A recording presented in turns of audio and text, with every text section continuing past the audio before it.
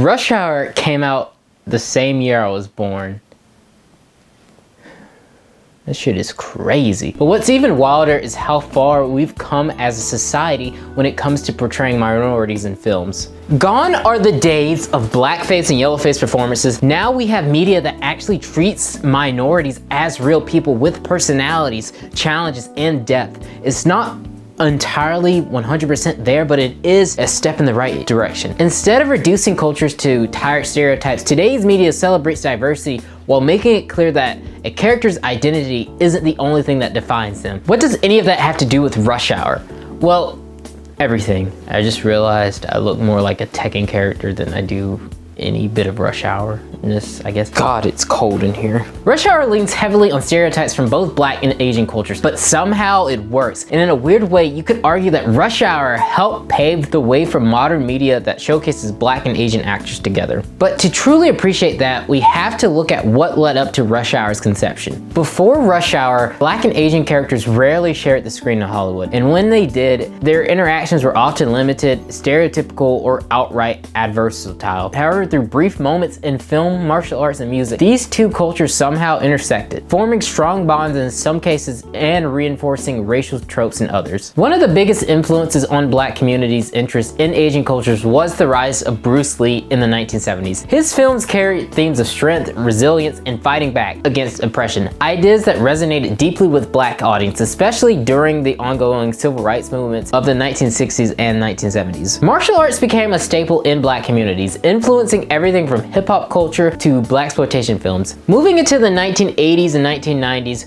we see an even deeper cultural exchange through hip-hop. Kung Fu films and anime became major influences, especially with the rise of the Wu-Tang Clan, who famously incorporated Shaolin mythology and Kung Fu aesthetics into their music. But while hip-hop was bringing these cultures together, Hollywood was still behind. And even though groups like the Wu-Tang Clan showed camaraderie between Black and Asian communities, that didn't erase real-world racial tensions. The early 1990s saw increasing racial tensions between Black and Korean communities, particularly in cities like Los Angeles. The 1992 LA riots exposed deep economical and racial divides, with many of these conflicts centering around Black residents and Korean store owners. The media often painted these two groups as being at odds. With all these tensions between Black and Asian communities in the early 1990s, how did a movie that relentlessly plays on stereotypes from both groups manage to be so successful? The fastest hands in the East. Wow. Meet the biggest mouth in the West. It all started with a spec script by screenwriter Ross Lamana, who saw an opportunity to use the existing hostility between Black and Asian communities as a way to bridge the gap. The script eventually landed at Hollywood Pictures before being passed to director Brett Ratner. New Line Cinemas had faith in Ratner, especially after working with him on Money Talks, but there was more of a concern, mainly about Jackie Chan's appeal to American audiences at the time. Multiple actors were considered for the co-lead, including Eddie Murphy and Wesley Snipes, but both turned it down for other projects. One of these movies is good, the other I'll let you decide.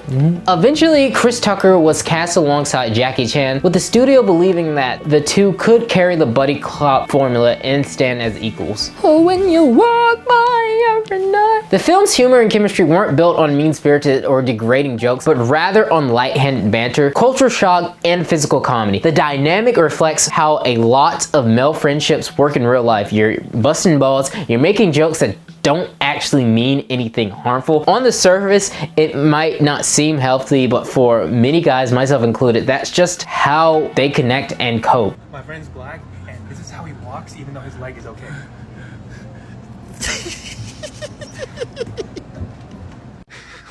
My best friend is Asian. He shots like this.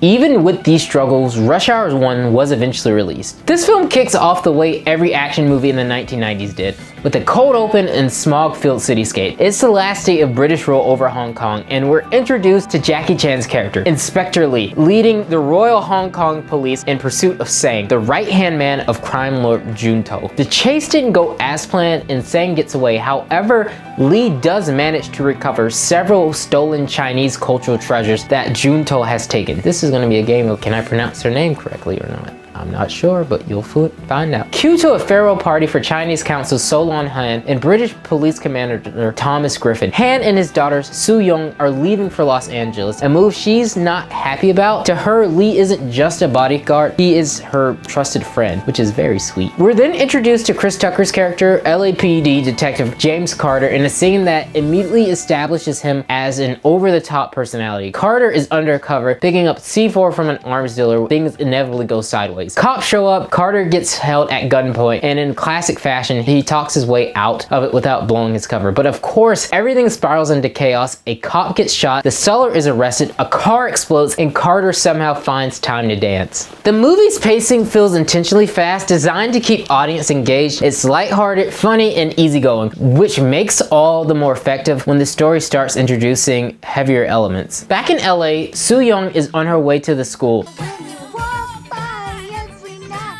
driven by bodyguards. That is until they're stopped. In a matter of seconds, Sang executes them and kidnaps Soo Young.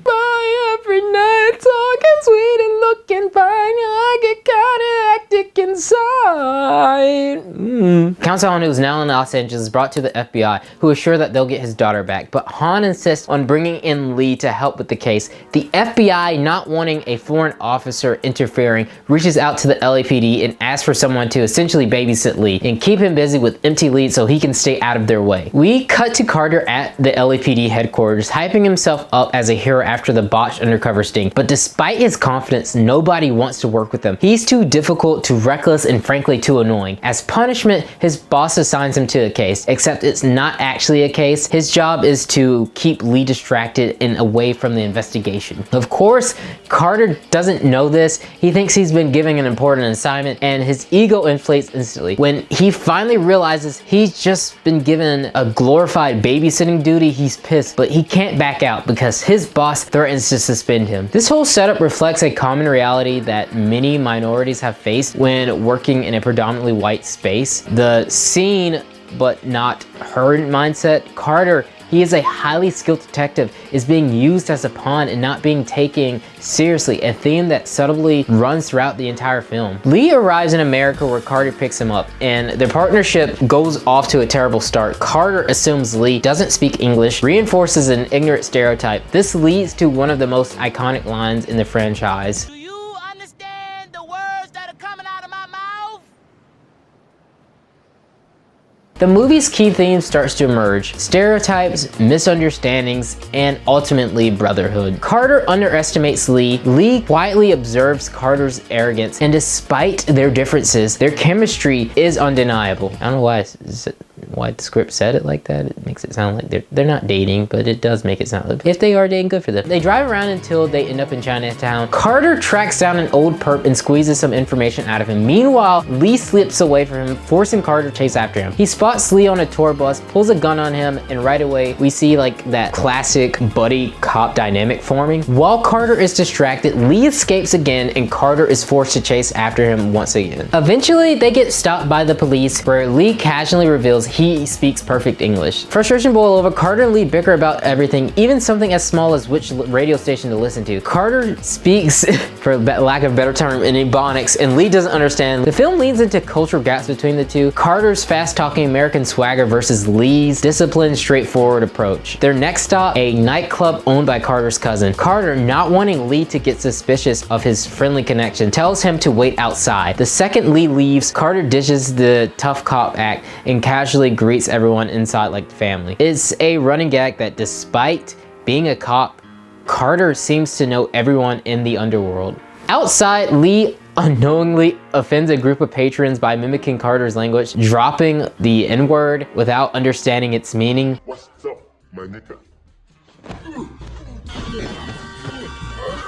This moment, like many in the film, isn't malicious. It highlights how cultural misunderstandings can lead to awkward and even dangerous situations, which is a weird thing to say because two white guys wrote this film, but you know what? Go off, players. Naturally, a fight breaks out. Lee, in a classic Jackie Chan fashion, takes on multiple attackers using his signature improv kung fu that you've seen him do in his entire career. Inside, Carter is trying to get intel from his cousin when Lee, fresh off the bar brawl, busts in, forcing and Carter to cut the conversation short. With the information they need, they leave. Holy shit, tongue tie. Lee is growing impatient with Carter's antics, but Carter still fully doesn't trust Lee, so he ties him to the steering wheel. Naturally, Lee, because I don't know if Carter's been paying attention, escapes in seconds. Lee makes it to the FBI safe house, where we get a perfect Chris Tucker moment where he's fast talk, he's panicked, and he's full of energy. Then it's Jackie Chan's turn, showcasing his specialty, comedic kung fu, using everyday objects that you wouldn't expect. Lee forces his way into the council's meeting, where Han is furious at how he's been treated. Meanwhile, the FBI is pissed at Carter for not doing his job, though Carter rightfully fires back that the babysitting thing was never his job in the first place. Despite everything, Lee stands up for Carter in front of Han, but just as tension reaches a boiling point, the kidnapper, Sang, calls demanding $50 million for Soo Young's return. Carter manages to keep him on the phone long enough for the FBI to trace the call. They rush to the trace location, but when they arrive, it's empty. Lee spots Sang fleeing and the chase is on. They fight, but Sang gets away, dropping something important in the process. Back at the LAPD, they take their items to Officer Johnson, the department's bomb expert. She confirms it's a C4 detonator. With this lead, Carter tracks down Clive Cobbs, the perp from the start of the film, who finally spills the truth. He reveals his dealings with Junto, whom he meets at the Fu Chow restaurant in Chinatown. By this point, Carter is starting to see Lee as more than just a sidekick. He recognizes Lee's intelligence and skill, and the movie flips the usual buddy cops dynamic. Lee, the foreign officer, is not just a comedic foil, but an equal partner. Stalking out their next target, we get one of the best scenes in the film. The two bonding over the song War. It's a genuinely heartwarming moment that showcases their growing friendship.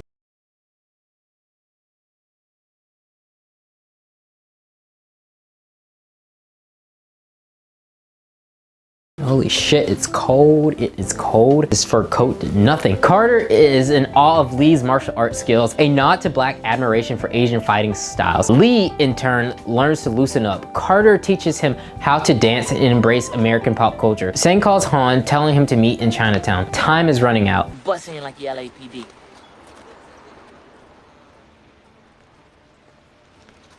This won't work. I'm not 6'1". Yes, it will. That joke is cheeky. Carter goes to the restaurant alone and finds surveillance footage of Junto carrying Soo Young into a van. Before he can act, he's ambushed by Junto's syndicate. Lee arrives just in time to save him, but instead of being praised, they're taking off the case. The FBI blames them for the botched ransom job, and Lee is sent back to Hong Kong. But Carter, he refuses to give up, where he convinces him to finish this together. Beyond the action and comedy, Rush Hour works because of its deeper themes. Lee and Carter are both outsiders in different ways. Lee as an immigrant in LA, and Carter as a black man constantly underestimated by his own department. The friendship isn't just about cracking jokes and kicking ass. It's about navigating a world that doubts them and about proving themselves together. And now, with the case in their hands, they're ready to take down Junto once and for all. The film cuts to the grand banquet, where Council Han is heavily guarded as he delivers a speech on Chinese culture and historical artifacts. Despite his composed demeanor, he chokes up when speaking about his kidnapped daughter, but before the moment can sink in, chaos erupts. Gunfire breaks out. Carter manages to reach Soo Young, only to discover she is strapped with C4 explosives. As bullets fly, Carter causes a distraction, allowing Lee and Johnson to capture and disarm the bomb. They succeed, but Carter and Lee are now left holding the C4 while dodging gunfire. Then it's revealed that Thomas Griffin, the seemingly disgruntled British police commander from the start of the film, is actually Junto. Junto makes a break for it, forcing Lee and Carter to fight their way through his men. Lee locks in on Sang, leading to an intense showdown. Meanwhile, Carter, thinking fast, takes down Sang with a kill shot. Lee finally catches up to Junto, and their fight takes them to the balcony. Both men dangling dangerously over the edge in a desperate struggle. Junto loses his grip and plummets to his death. Lee narrowly falls too, but just before he slips, Carter catches him. Holy shit, it is colder than two penguins fucking. Oh my god. Y'all can't see that, but with that, the danger is over. The day is saved. With Soo Young safe, Carter and Lee's name are cleared and their honor restored. The FBI, now suddenly interested in Carter, offers him a job, but Carter, he turns him down. Instead, Lee and Carter board a plane to China, ready for the next adventure. Of course, no Rush Hour movie is complete without its legendary blooper reel, highlighting the struggles Jackie Chan had with English and how Chris Tucker felt completely out of his element when attempting to speak Chinese. I got it before, Jackie. See, now you know how difficult I am. Look at this. It's hilarious. It genuinely reminds of how much fun the duo had while making this film. At its core, Rush Hour is a solid, if predictable, buddy cop action film. It doesn't reinvent the genre, nor does it try to, but what makes it stick with audience decades later is the insane chemistry between Jackie Chan and Chris Tucker. It proved that two minority leads could carry a blockbuster action film without relying on a white co-star. This trilogy wasn't built on stereotypical tension, it was built on mutual admiration. That's why even today, Rush Hour remains like one of the most important buddy cop films of all time. My nipples, they're gonna freeze off. In Rush Hour 2, the roles of Lee and Carter are effectively flipped. This time, Carter is the fish out of water, finding himself in Hong Kong. Known for his loud and brash personalities, he is humbled by his unfamiliarity. While his curiosity leads to many comedic moments, it ultimately reflects a cultural openness rather than ignorance. This film explores themes of trust, friendship, and cultural appreciation. The story picks up weeks after the events of the first film, opening with a building explosion. We find Carter and Lee in Hong Kong, where Carter is frustrated that they spent more time working on Lee cases than actually having fun. Lee had promised Carter a party, but it turns out to be just another case. The film handles race in a surprisingly wholesome and researched way. Carter playfully remarks, such as joking about slapping Lee to the Ming Dynasty, are more layered and entertaining than simple racial stereotypical jokes like, I guess, Chinaman. It's a comedic yet meaningful dynamic between the two characters that feels earned. Don't be messing with me, Lee.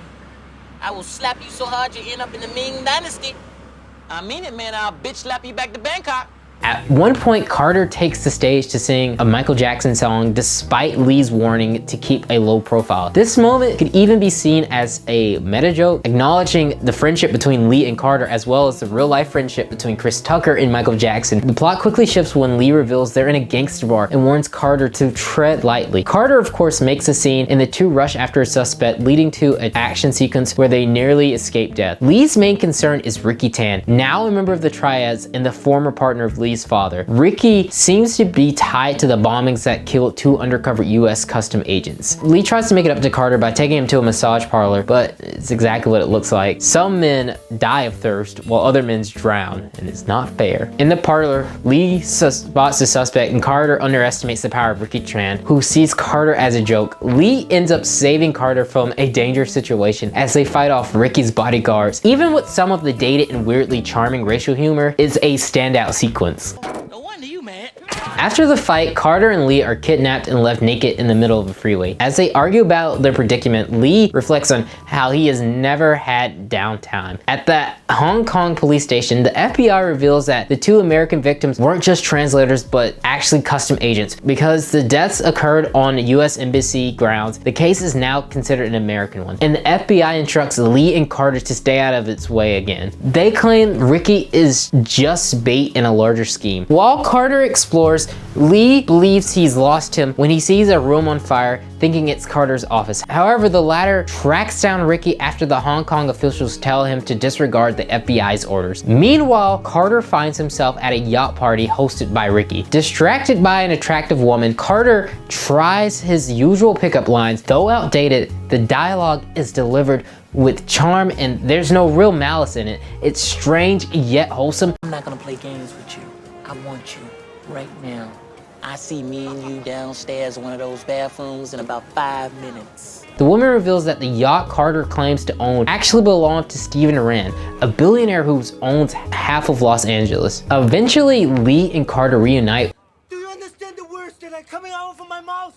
Don't nobody understand the words that are coming out of your mouth, man. Ricky's men reports that he wants to see Lee. When Lee meets Ricky, he told them that Ricky didn't blow up the office. However, things take a turn when Ricky's second in command shoots him. After a fierce fight, Hugh Lee quickly defeats Carter. Once the yacht returns to shore, Lee faces reprimands from Agent Sterling, the FBI leader, who insists that Lee be taken off the case in order for Carter to go home. Carter, upset with Lee for not being truthful, confronts him. In a heartfelt moment, Lee reveals that Ricky Tan set up his father, and solving his father's last case has become deeply personal for him. Carter offers Lee the chance to come to the US to help finish what they started. Carter shares to Lee his follow the rich white man theory with Lee, a theory that states that every major crime has a wealthy white man lurking behind it waiting to profit. Carter's target, Stephen Wren, the owner of most of the hotels in Los Angeles. Carter and Lee spy on Stephen Wren and the woman from the yacht. As she begins to undress, Lee watches from the opposite room.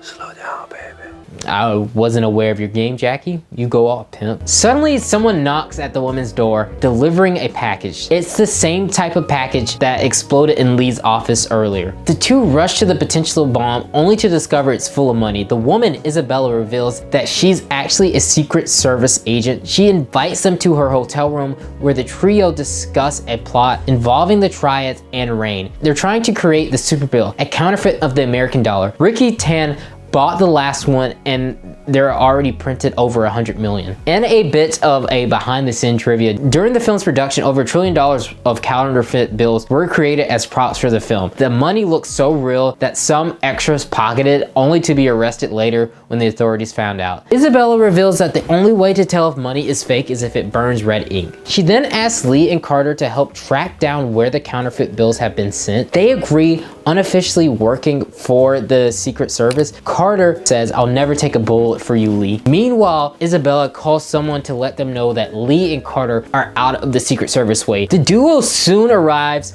at Crenshaw's Chinese Soul Food, where Carter meets with his informant Kenny. Kenny, a black man who owns a Chinese restaurant on Crenshaw, is a fascinating character. Rather than indulging in cultural appropriation, Kenny has fully immersed himself in the culture. He speaks the language and has mastered the martial arts, reflecting a nuanced take on how Asian culture has influenced different communities. This dynamic is a refreshing, respectful portrayal of culture exchange rather than appropriation. Things escalate quickly as Carter and Kenny engage in some playful back and forth, leading to Lee and Kenny getting into a fight. It turns out that they both share similar fighting styles, which leads to an unexpected bond when they realize that they've both been trained by the same masters. Well, technically they were brothers, though. There is a YouTube video about the Rush Hour series that has an interesting take on this character that you should definitely check out, that I will link below. Kenny eventually tips him off about a man named Zane who paid off a tab with counterfeit money. Lee and Carter, now with this lead, makes their way to Rain's hotel. There, they discover that Zane, the person they were after, is waiting for them, but instead of leading them to the truth, Zane brings them straight to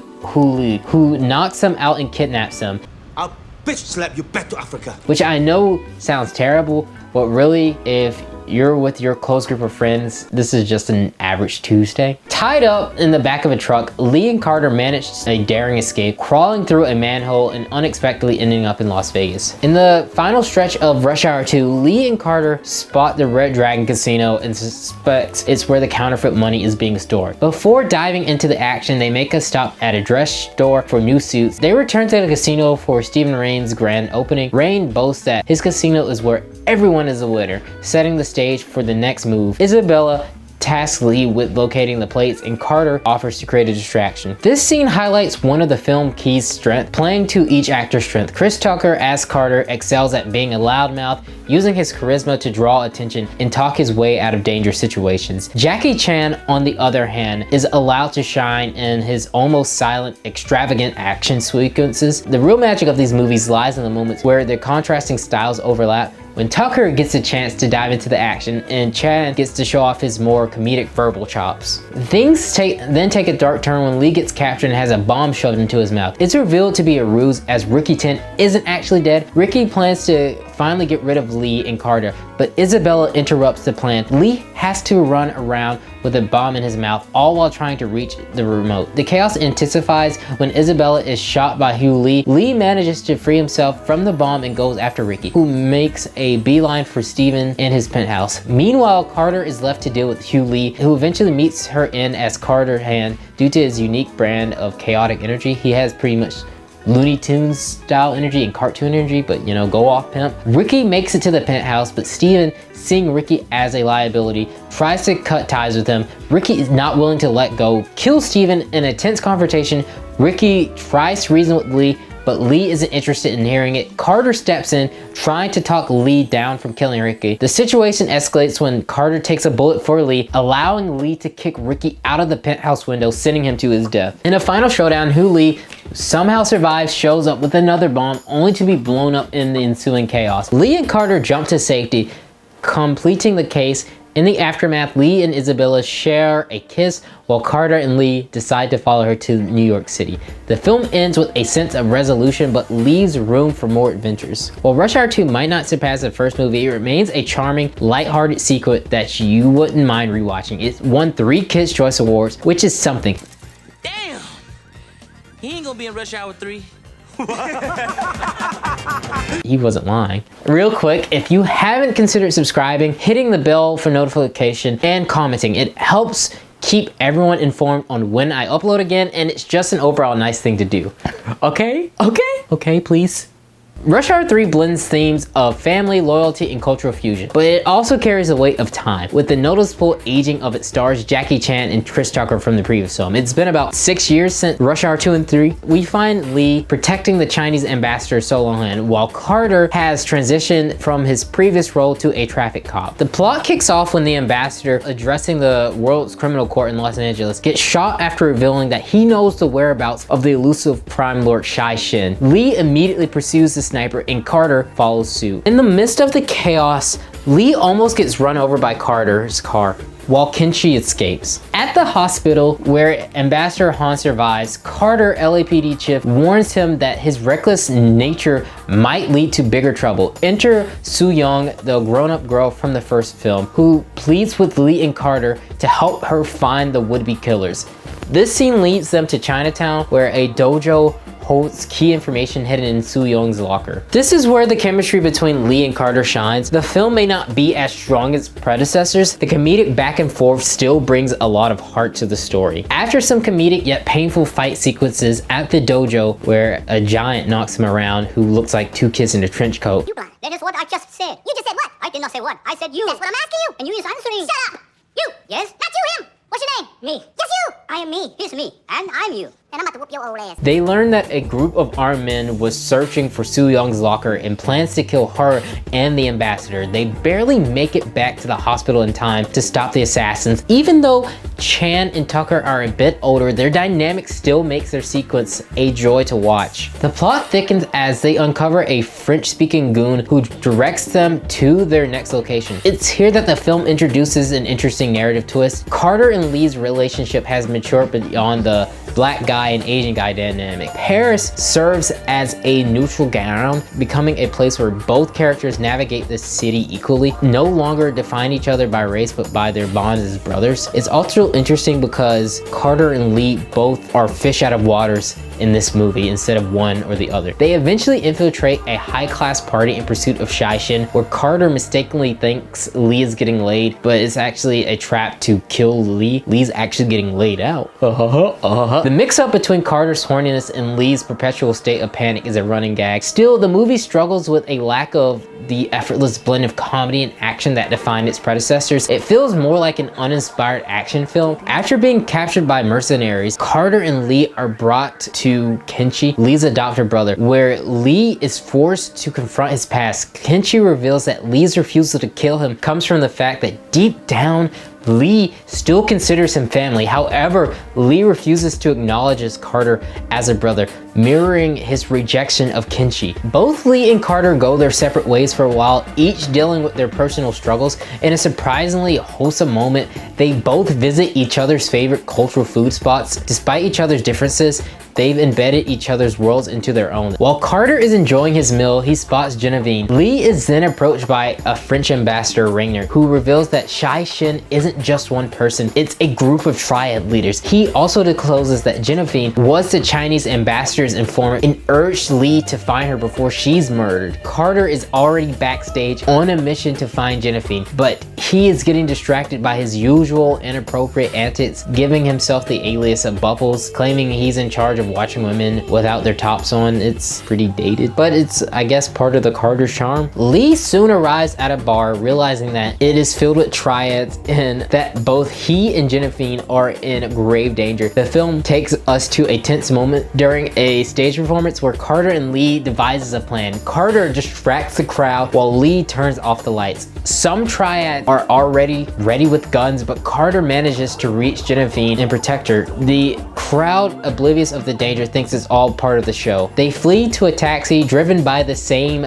eccentric driver from earlier in the film, who says he has never felt so more alive and wants to be their driver forever. They take Genevieve to a hotel where she confides in them, revealing that she is Shai Shin and has a list of triad leaders tattooed on the back of her head. She knows that the triads will send an army after her to keep their secrets safe. The situation intensifies when she's betrayed by the French ambassador, who reveals he's been working with the triads all along, because of course he has, because that's how every one of these movies have been played out. Kenshi then calls, demanding Genevieve in exchange for Soo-young. Lee's, if anyone but Lee and Genevieve show up, he will kill Soo-young. Kenshi challenges Lee to a battle, pushing him emotionally and mentally. Carter disguises Genevieve, interferes, but Kenji is prepared for this. He pushes Soo-young closer to her death, and Lee forces to drop his gun, engages in a brutal fight with Kenshi. Kenshi eventually falls from a window, dragging Lee with him. They battle on top of the Eiffel Tower while Carter fights off the rest of Kenshi's goon below. It's clear that the movie follows a familiar formula. Carter handles the B plot while Lee takes on the main villain. By this point, the formula feels a little bit tired.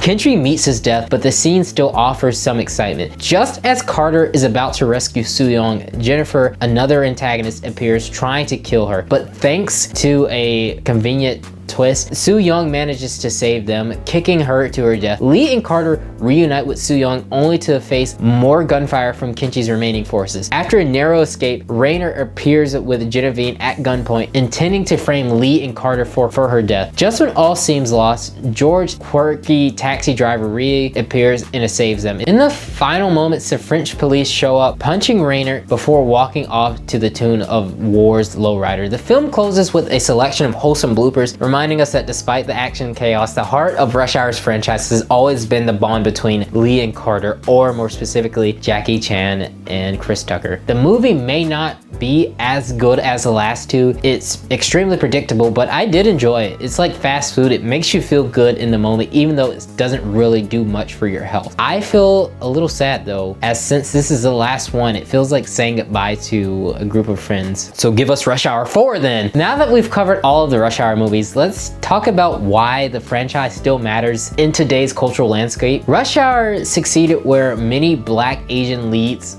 film struggle, largely due to the natural chemistry between Chris Tucker and Jackie Chan. This dynamic, where both characters are equally important, helped create a balance that was vital for the series' success. The film also possesses a universal appeal, mixing action and comedy in a way that draws an audience of all backgrounds, which is why I feel like Rush Hour 3 doesn't succeed as well, because it had Lee at the forefront and Carter as a secondary, and it doesn't work well like that. Unlike other films that either force diversity or lean too heavily on racial stereotype, Rush Hour embraced cultural differences as strengths. It uses humor and mutual respect to drive the story forward. This approach was not only refreshing but also revolutionary at its time, because it felt like everyone got made fun of, but at the same time we all laughed at it, and there was no person who was left alone. It was released during a time where both Hong Kong action films and Black-led comedies were on the rise. It became a lasting example of how to execute diverse storytelling effectively, sometimes that's still difficult to replicate today. It truly was a lightning in a bottle moment. The lights just went out, but I guess that's fine. Rush Hour is my 10th video essay, so yeah, that's really cool. I really appreciate every single one of y'all, new and old, who tune in to watch these videos. I appreciate my Patreons, Xiao and Zillazils, as well as the homie Zaskia, for following the Instagram. I got the name right, hopefully. Support on the Patreon and Instagram is never required, but it's always appreciated. Let me know what some of your favorite moments of Rush Hour are, as well as what you want to see me cover next. Anyway, we are really close to 2,000 subscribers, and after being on this site and having this particular YouTube account for about 10 years, Y'all don't understand how much I appreciate that quick in growth. Anyway, gents, lady gents, and non-binary gents, I'll see you around. My fucking God, it's cold in here. Get me out of here. Fuck, it's cold. His name is Lee, goddammit.